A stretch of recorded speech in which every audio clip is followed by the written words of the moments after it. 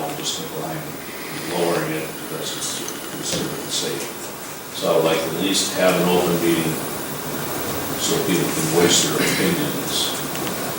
Okay. And with it directed just at that, not as part of a council meeting, just directly to the data. Okay, because discussion has already been made about having some neighborhood meetings pertaining to that. Would you individuals be invited to those meetings, or do you want a summary from the meetings presented to you?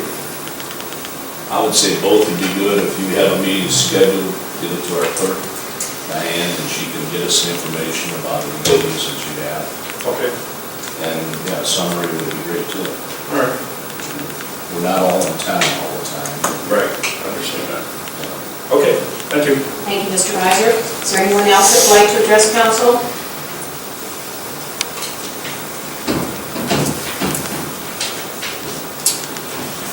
My name is Lee Brookhart. I live at 343 Corman Avenue Northeast. I'm here to speak on why I believe as a tax-paying citizen, why we should save Reservoir Parks Dam. The issue of Reservoir Dam actually began 26 years ago in 1991 when the ODNR, the Ohio Department of Natural Resources, contacted the city. At the time, the ODNR was only requiring several repairs, maintenance, and monitoring that is required by dam owners.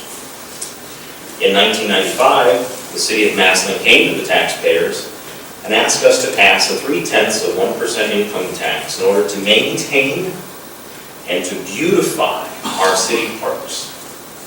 The citizens of this great city passed that tax through, no questions asked.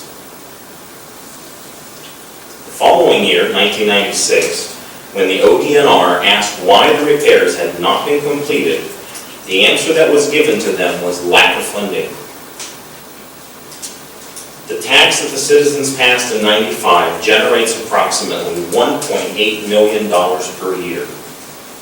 We, the taxpayers of this great city, have now paid that tax for 22 years, which equates to approximately $39.6 million that we have paid to maintain and to beautify our parks. So why are we even here having this conversation tonight? We have more than paid enough taxes to replace this dam 39 times. We are here because a former administration placed the Legends Golf Course into the Park and Rec Department. I cannot stand here and blame the current administration for passing that legislation. However, I can blame the current council and administration for leaving the golf course in the Park and Recs, allowing this to fester, and all for what? The 1% of Massillon that uses the golf course? Approximately every 4 years, we hash over wasted money on parks that are seldom visited by anyone. Yet here we are tonight talking about whether or not we should save a dam in a park that is not only visited by thousands and thousands of residents per year, but it is a park that has become a generational park for families.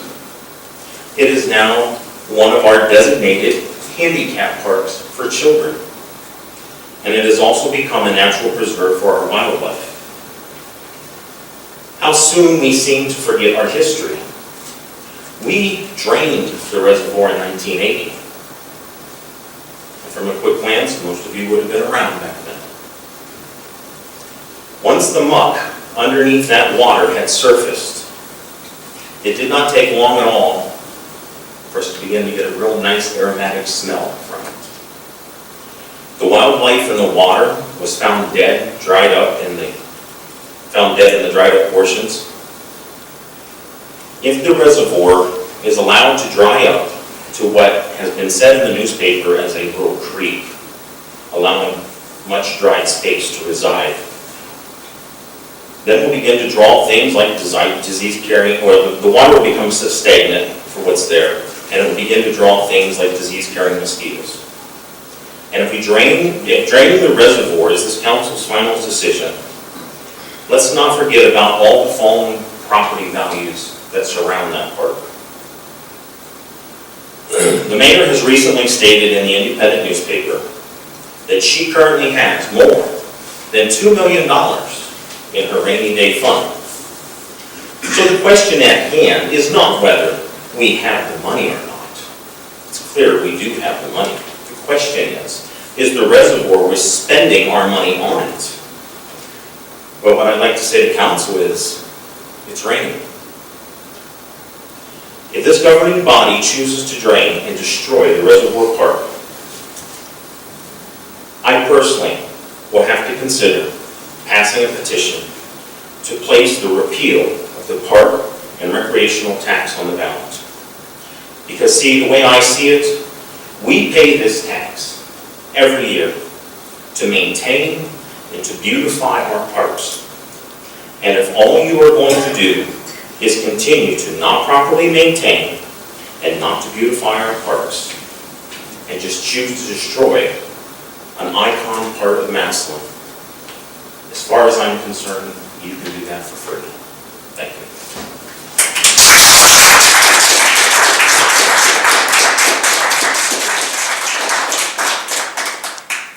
Thank you, Mr. My name is Carol Connolly. I live at 825 Campbell Circle. My property goes right down to the walking path with 2 parcels connected to it. And, well, you have so many important things. I'm so glad that you're addressing this. I'd like to propose that we preserve that 130-year-old infrastructure of the Rezzy Falls rather than destroy it. The falls are such a very pleasant and important part of our park system. As an Ohio certified volunteer naturalist and an ex-county leader and an aunt to 3 generations of nephews and nieces who enjoys our Rezzy Falls, I understand what a significant accomplishment fixing this old infrastructure would be. My parents, my generation, and 3 generations of nephews and nieces, that's 5 generations that have enjoyed it in my lifetime, and I wonder, over 130 years, how many have really enjoyed the excitement of being near this wonderful rushing water. Now our mural there, the second building, is the First National Bank building, which has been raised, and Walgreens is there, which is kind of a warehouse-type building. But what I would wish is that we save the falls, and we can put a picture of the falls there, and it would say how it would just be so great to replace that picture and show the council, show that this council and our community understood the value of good stewardship. And what a gift it is to us now, it would be to us now, and a gift to future generations to enjoy this landmark in perpetuity. And that's a very emotional thing, but I'm glad that we may save it. I hope we do. Thank you, Carol. Is there anyone else that would like to address council? Please come forward.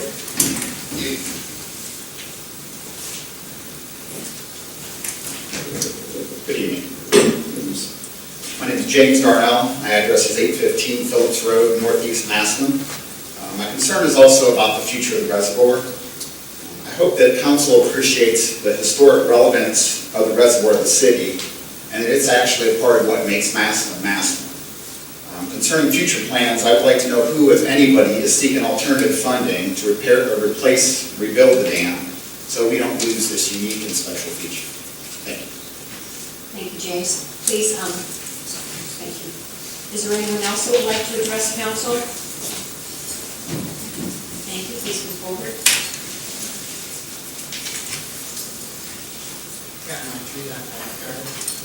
I'm Susan Lash Blanchard, and I've been back in Massillon 3 years, but a lot of you went to high school. I live at 833 Campbell Circle, and if you know where that is, I'm looking right at the thing every day. And now that I'm retired, it's a pleasure every day. As a matter of fact, it's like waking up and being on vacation every day. So let me just say this, that I did have some planned comments, but I wanted to share that one moment of emotion. And that is that, of course, and my hope is that the council and the city are going to be able to figure out the best way to retain the dam in whatever form we can. To me, it would be nice if it retained some of the historic value, maybe incorporating some of the rocks that are in it and that sort of thing. But even if that can't be done, I still would love to see a spillway of some kind. Because selfishly, I can hear the spillway every day. And there are about, I don't know, what is it, 50, 70 people who live, whose property abuts the Sickle Creek Park. And it affects each and every one of our lives, some of us closer than others. The park serves, and I was really impressed by your comments. And you're a real scary guy to me, because I've only seen you on the National Virtual Sounding Board, but you made a lot of really good points, I think. And I appreciate you sharing those tonight. I sit there, along with some of my other fine neighbors, who have this great position with the creek and the reservoir. And every single day, you see hundreds of people in there, sometimes thousands of people in the summer on a great day. I mean, it can be 10 degrees, and there can be snow all over everything, and there are people out there walking their dogs. It is a pleasure, it's a treat.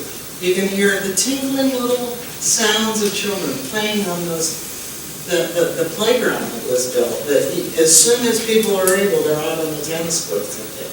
It's a beautiful park, and the dam provides a focal point in an artistic way and a natural way. But of course, it isn't natural. So maybe going back to the river or the creek is the best thing on the science side. But somebody, please, from the Ohio Department of Natural Resources has to explain to me the science of why we have to take out the dam. And also, how precarious is our dam situation? Explain to me how far the rocks are going and what would happen, actually, if that dam completely went in 10 minutes. To me, it sounds like the rest of that park right there would just fill up with the silt. Then that would be our problem to clean up. I don't want that to happen. But I don't know that it sounds as life-threatening as they make it out to be. If you look on their website, they talk about dams being broken, by natural causes, and 300 and 500 people losing their lives. Well, of course, we don't want that, but I don't know that we're in that situation. I really don't, because we've already built the homes up far enough to be able to withstand a pretty high level of water. Okay, I'm going to wrap it up by saying here are some of the biggest concerns I have. I do think, like we stated, in general, that all these kids, all these parents, all these dog walkers, these athletes, these people with all kinds of ability are walking and using the equipment at that park, and oftentimes they get up and the first thing they do is go to the dam. And it's all for free. You don't have to sign up for it. You don't have to pay greens fees. It's great. And so people can stay for whatever amount of time they like. And I think this reflects our community, our Massillon community's values and our priorities. And I think I was relieved to see that there was, in the conversations I've had with the other council people, that I think a lot of us are on the same page.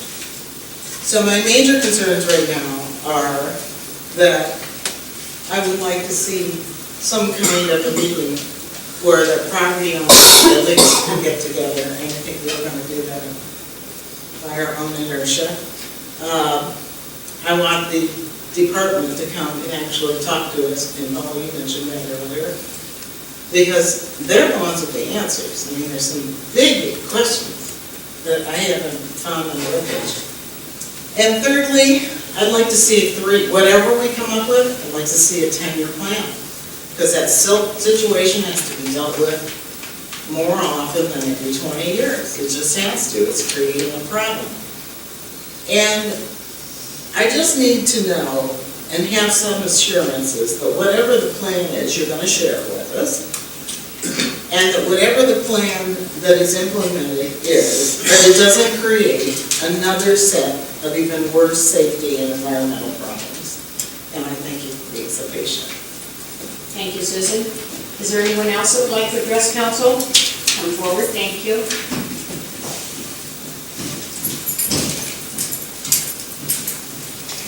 Hi, my name's Carol Geyer. I live at 880 Sickle Boulevard, so I overlook the walking path and reservoir. I just wanted to say I have very fond memories that focus around the Sickle Park, as do many people here tonight. Though I don't think memories alone should shape our decisions, I do think the concerns for the future of Massillon should. I hope the decisions made in regard to the park keep the future in mind. The quick fixes of today might not be our best choices for Massillon's future. Our parks are an important element to this community. The dam is more than just a maintenance concern. We need to make sure we're keeping our parks beautiful to attract new families into the area and retain the families that we already call Massillon home. We have a beautiful space enjoyed by many people within Massillon and the surrounding areas, and it is our job to protect the park and all it represents to those who live here.